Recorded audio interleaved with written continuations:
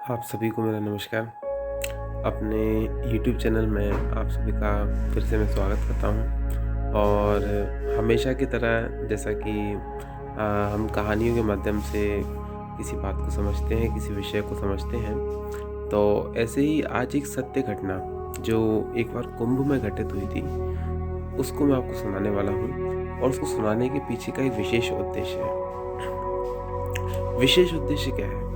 विशेष उद्देश्य ये है कि आखिर नास्तिकवाद, जैसे एक नास्तिक जो होता है वो कहता है कि ईश्वर नहीं है, और जो अपना धर्म है, जो सनातन धर्म है, उसका भक्ति मार्ग, वो दोनों लगभग एक दूसरे के विपरीत अर्थ में दिखाई देते हैं। नास्तिकों का नास्तिकवाद कहीं ना कहीं ये कहता है कि दुनिया में ईश्वर नहीं है और जो सारी कल्पनाएं मनुष्य ने ईश्वर के विषय में बनाई हुई हैं वो मात्र कल्पनाएं हैं।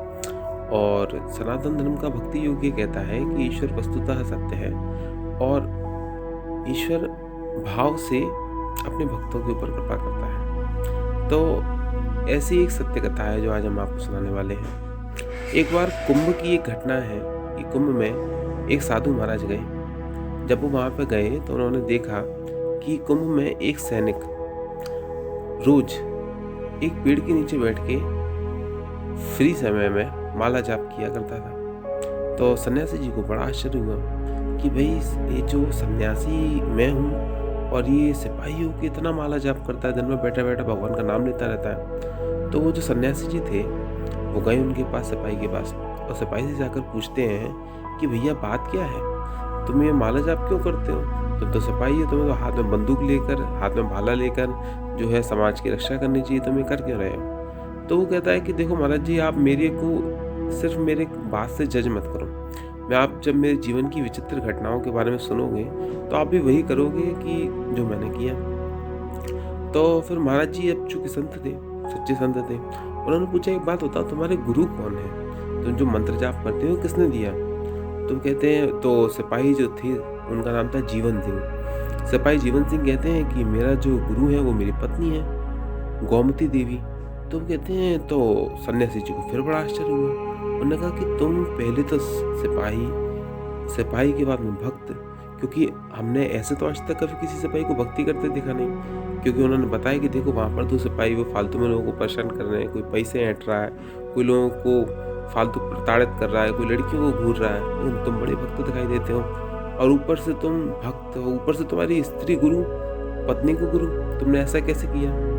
तो सिपाही जीवन सिंह जवाब देते हैं कि देखिए महाराज जी, भगवान विष्णु जो हैं, प्रभु भगवान विष्णु, भगवान राम, वो बड़े शक्तिशाली हैं, उनको जो ठीक लगता है वो कर देते हैं। तो इसके बाद में सन्यासी जी कहते हैं, ये बात तो जी हमने मानी, इस बात को हम मानते हैं कि प्रभु विष्णु जी के हाथ में तो सब कुछ है, उनको जो अच्छा लगता है वो कर सकते हैं और जो उनकी शक्तियाँ हैं वो अनंत हैं। अब इसके बाद में सिपाही जो जीवन सिंह थे, उन्होंने महाराज जी को अपने जीवन की कहानी सुनाना चालू करी और अपने विषय में बताना चालू किया कि आखिर वे भक्त कैसे बने।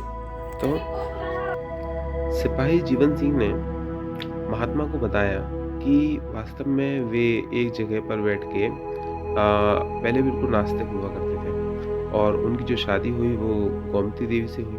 गोमती देवी बहुत भक्त थी, वो भगवान विष्णु के भक्ति मार्ग में दीक्षा लिए हुई थी।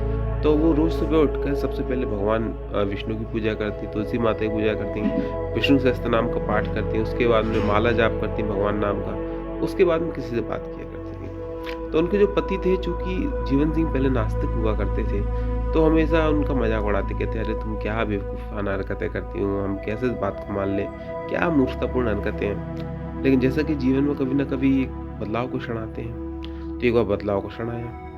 क्या हुआ कि जीवन सिंह जो है वो अंग्रेजों की सेना में काम किया करते थे। तो एक बार उनको फरमान आया कि उनका जो ट्रांसफ़र है वो एक पहाड़ी इलाके में किया जाएगा जहाँ पर बहुत ज़्यादा आतंकी घटनाएं हुआ करती थी। तो जीवन सिंह जी डर गए। डरने के बाद कहने लगे कि काश मेरा ट्रांसफ़र वहाँ ना हो। और उन्होंने ये बात अपनी पत्नी को बताई। तो उनकी पत्नी मुस्कुराई, मुस्कुराते हुए बोली कि अगर ये तुम्हारा ट्रांसफ़र किसी अच्छी जगह हो जाए, उस समय मंसूर काफ़ी अच्छी जगह मानी जाती थी। ये घटना जो है ये आज़ादी के पहले की है। तो यदि वहाँ पर हो जाए तो तुम क्या भगवान विष्णु की शक्ति को मानोगे? तो जीवन सिंह कहते हैं कि पहली बात तो ऐसा हो नहीं सकता, और भगवान विष्णु तो अगर होंगे भी तो अब तक तो मर गए होंगे, क्योंकि इतनी साल कोई थोड़ा ना कोई जीवित रह सकता है। तो उनकी पत्नी कहती है कि देखिए वही भगवान विष्णु हैं, वही रुद्र के रूप में संहार करते हैं, वही ब्रह्मा के रूप में सबको बनाते हैं, और सब जीवों में वही एक परम शक्ति, परम सत्ता विद्यमान है। मैं उन्हें विष्णु के रूप में पूजती हूँ और उनको वो मेरे कार्य जरूर करेंगे। तो जीवन सिंह को बड़ा आश्चर्य हुआ। उन्होंने कहा अगर ऐसा हुआ तो मैं भी तुम्हारी तरह भक्त बन जाऊंगा। तो उनकी पत्नी ने कहा कि आप एक काम कीजिए, आप जाइए और आराम से अपनी नौकरी कीजिए। रात्रि के 12 बजे का समय था। जीवन सिंह जो है वो पहरेदारी कर रहे थे। अचानक से उनके जो कुल पुरोहित थे, पंडित भवानी शंकर, वो उनके सामने आए। उनसे कहा कि तुम जीवन सिंह तो परेशान मत हो ना, मैं जो है तुम्हारा ट्रांसफर जो है मंजूर हो चुका है।